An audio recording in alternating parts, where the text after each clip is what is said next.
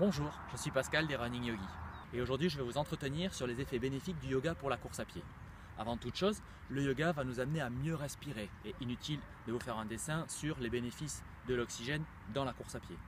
Ensuite, le yoga va nous permettre de mieux vivre dans son corps, à la fois au niveau postural dans l'alignement, mais également dans la définition et dans la manière d'affiner ses ressentis intérieurs par le travail postural. Mais aussi et surtout, et c'est ce dont je vais vous entretenir aujourd'hui, dans le yoga, on va introduire la notion d'intention. Vous avez choisi de faire un challenge. Dans ce challenge, il va forcément y avoir un effort. Mais effort ne veut pas forcément dire souffrir. À la notion d'effort, on va associer le fait que ce soit pas facile. Faire un effort, c'est sortir de la zone de confort. Ça ne va pas forcément dire souffrir. Il doit y avoir effectivement de l'inconfort, mais ne pas se mettre en péril.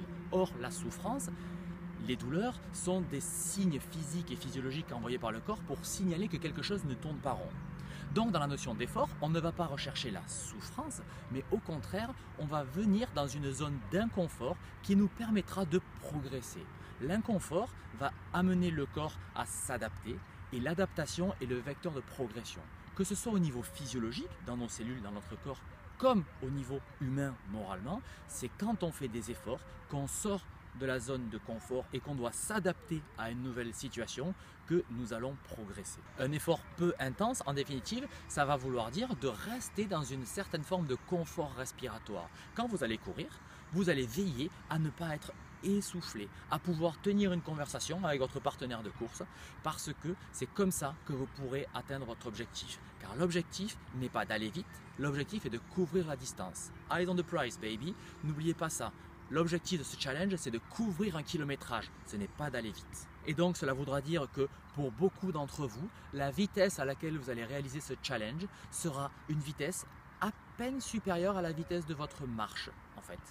C'est ce qui permettra justement de pouvoir réussir à gérer cet effort et de couvrir la distance sur une semaine. Voilà pour l'intention à mettre dans ce challenge. La manière de le gérer, en fait, à un moment donné, il faudra mettre du fun. Voilà. Il faut rester dans du ludique. Donc, pour pouvoir le vivre, toutes ces séances répétées sur la semaine, amusez-vous à inviter des partenaires pour courir avec vous, amusez-vous à slalomer entre les arbres ou entre les passants, amusez-vous à jouer à cloche-pied, amusez-vous à courir en marche arrière, amusez-vous à pousser votre voisin dans une flaque d'eau. Bref, essayez de trouver du fun dans votre pratique.